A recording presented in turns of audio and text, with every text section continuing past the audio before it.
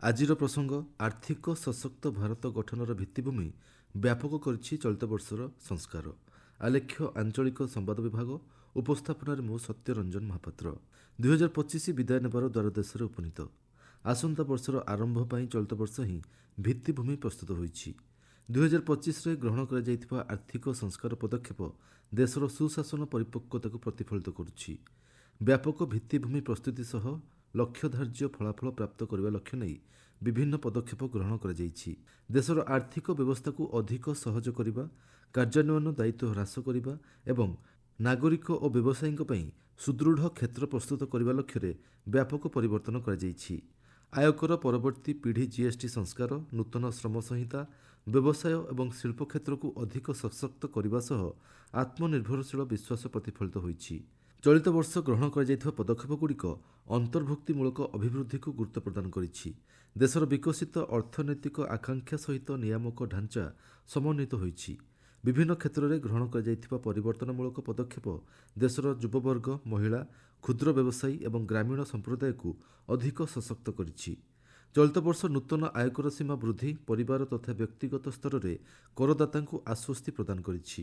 ବାର୍ଷିକ 12 ଲକ୍ଷ ଟଙ୍କା ପର୍ଯ୍ୟନ୍ତ ଆୟକୁ କରମୁକ୍ତ ରଖାଯିବା ସହିତ ବେତନଭୋଗୀ କରଦାତାଙ୍କ ପାଇଁ ଏହି ଛାଡ଼ ସୀମା 12,75,000 ଟଙ୍କାକୁ ବୃଦ୍ଧି ପାଇଛି। ନୂତନ ଆୟକର ଆଇନ ବିକାଶକୁ ତ୍ୱରାନ୍ୱିତ କରିବା ସହ ପୁରୁଣା ବ୍ୟବସ୍ଥାକୁ ପ୍ରତ୍ୟାହାର ତଥା ଏକୀକୃତ ଏବଂ ପୁନର୍ଗଠନକୁ ପ୍ରତିଫଳିତ କରିପାରିଛି। ଏପରିକି ଚଳିତ ବର୍ଷ କରଦାତାଙ୍କୁ ନିଜ ଆଇଟିଆର୍ ଦାଖଲରେ ରହିଥିବା ତ୍ରୁଟି ବିଚ୍ୟୁତିକୁ ସୁଧାରିବା ପାଇଁ ବିଭାଗ ପକ୍ଷରୁ ସ୍ୱତନ୍ତ୍ର ପଦକ୍ଷେପ ଗ୍ରହଣ କରାଯାଇଛି। ଗତ ସେପ୍ଟେମ୍ବର 22 ତାରିଖରେ ଜିଏସ୍ଟି ସଞ୍ଚୟ ଅଭିଯାନକୁ କାର୍ଯ୍ୟକାରୀ କରାଯାଇଛି। ପରବର୍ତ୍ତୀ ପିଢ଼ି ଜିଏସ୍ଟି ସଂସ୍କାର ମାଧ୍ୟମରେ ପୂର୍ବରୁ ରହିଥିବା 4 ପର୍ଯ୍ୟାୟ ବିଶିଷ୍ଟ ସ୍ଲାବକୁ ହ୍ରାସ କରାଯାଇ 2ଟି ପର୍ଯ୍ୟାୟରେ ସୀମିତ ରଖାଯାଇଛି। ବିଭିନ୍ନ କ୍ଷେତ୍ରରେ ଏହି ସଂସ୍କାରର ସୁଫଳ ନାଗରିକଙ୍କ ପାଖରେ ପହଞ୍ଚୁଛି। ଏହି ବ୍ୟାପକ ସଂସ୍କାର ଶିକ୍ଷା, ବ୍ୟବସାୟ, ପରିବହନ, ଇଲେକ୍ଟ୍ରୋନିକ୍ସ କ୍ଷେତ୍ର, ଉଚ୍ଚଶିକ୍ଷା ଗବେଷଣା, ନବସୃଜନ, ସ୍ୱାସ୍ଥ୍ୟସେବା, କୃଷି ତଥା ଆନୁଷଙ୍ଗିକ କ୍ଷେତ୍ର ଏବଂ ଗ୍ରାମୀଣ ବିକାଶକୁ ତ୍ୱରାନ୍ୱିତ କରୁଛି।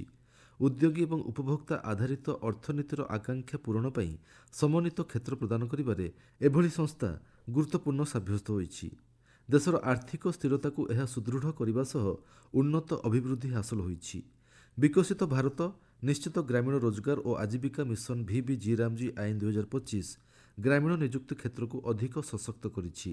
ଜୀବିକା ସୁରକ୍ଷା ବୃଦ୍ଧି ପାଇବା ସହ ବିକାଶ କ୍ଷେତ୍ର ସମନ୍ୱିତ ମାଧ୍ୟମରେ ଗତିଶୀଳ ହେଉଛି। ମନରେଗା ଯୋଜନାରେ ରହିଥିବା ତ୍ରୁଟି ବିଚ୍ୟୁତିକୁ ଏହି ନୂତନ ଆଇନ ଦୂର କରିବା ସହିତ ଗ୍ରାମୀଣ ପରିବାରକୁ 125 ଦିନର ନିଶ୍ଚିତ ରୋଜଗାର ସୁରକ୍ଷା ପ୍ରଦାନ କରିଛି। କେନ୍ଦ୍ର ଏବଂ ରାଜ୍ୟ ଆର୍ଥିକ ସହଭାଗିତାରେ ଏହି ଆଇନକୁ କାର୍ଯ୍ୟକାରୀ କରାଯାଉଛି। ବିକଶିତ ଗ୍ରାମ ପଞ୍ଚାୟତ ଯୋଜନା ଆଧାରିତ ଏକ ସମନ୍ୱିତ ପ୍ରକ୍ରିୟା ମାଧ୍ୟମରେ ବିଭିନ୍ନ ପ୍ରସଙ୍ଗକୁ ଏକୀକୃତ କରି ଢାଞ୍ଚାଗତ ରୂପ ପ୍ରସ୍ତୁତ କରିବା ନେଇ ଏହି ଆଇନରେ ବ୍ୟବସ୍ଥା ରହିଛି। ପ୍ରଯୁକ୍ତିବିଦ୍ୟା ଉପଯୋଗ ମାଧ୍ୟମରେ ଏକ ସ୍ୱଚ୍ଛ ଏବଂ ଉତ୍ତରଦାୟୀ ବ୍ୟବସ୍ଥା ଏହି ଆଇନ ମାଧ୍ୟମରେ ସୁନିଶ୍ଚିତ କରାଯିବାକୁ ଲକ୍ଷ୍ୟ ରଖାଯାଇଛି। ଘରୋଇ ଉତ୍ପାଦ କ୍ଷେତ୍ରକୁ ଅଧିକ ସୁଦୃଢ଼ ତଥା ବ୍ୟାପକ କରିବା ଲକ୍ଷ୍ୟ ନେଇ ଦେଶରେ ଭାରତୀୟ ମାନକ ବ୍ୟୁରୋ କାର୍ଯ୍ୟକାରୀ କରାଯାଇଛି। ଗୁଣବତ୍ତା ସମ୍ପନ୍ନ ଉତ୍ପାଦ ବ୍ୟାପକ ହେବା ସହ MSME କ୍ଷେତ୍ରକୁ ଆର୍ଥିକ ଦୃଷ୍ଟିରୁ ସଶକ୍ତ କରିବାରେ ଏହା ସହାୟକ ହେଉଛି। ସ୍ୱଦେଶୀ ଉତ୍ପାଦ ବିଶ୍ୱସ୍ତରରେ ମାନ୍ୟତା ପାଇବା ସହ ରପ୍ତାନି କ୍ଷେତ୍ର ମଧ୍ୟ ବୃଦ୍ଧି ପାଇଛି। ମେକ୍ ଇନ୍ ଇଣ୍ଡିଆ ଅଭିଯାନ ଅଧିକ ଦୃଢ଼ ହୋଇଛି। ବିଭିନ୍ନ କ୍ଷେତ୍ରରେ ଆତ୍ମନିର୍ଭରଶୀଳତା ବୃଦ୍ଧି ଯୋଗୁଁ ଆମଦାନୀ ହ୍ରାସ ପାଉଛି। ଅନ୍ତର୍ଭୁକ୍ତିମୂଳକ ଆର୍ଥିକ କ୍ଷେତ୍ର ଅଧିକ ସୁଦୃଢ଼ ହୋଇପାରିଛି।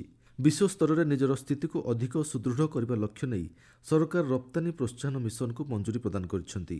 ଚଳିତ ଆର୍ଥିକ ବର୍ଷରୁ 5 ବର୍ଷ ପାଇଁ ଅର୍ଥାତ୍ 2030-31 ଆର୍ଥିକ ବର୍ଷ ପର୍ଯ୍ୟନ୍ତ ଏହି ମିଶନର କାର୍ଯ୍ୟକାରିତା ପାଇଁ 25,060 କୋଟି ଟଙ୍କା ବ୍ୟୟବରାଦ କରାଯାଇଛି।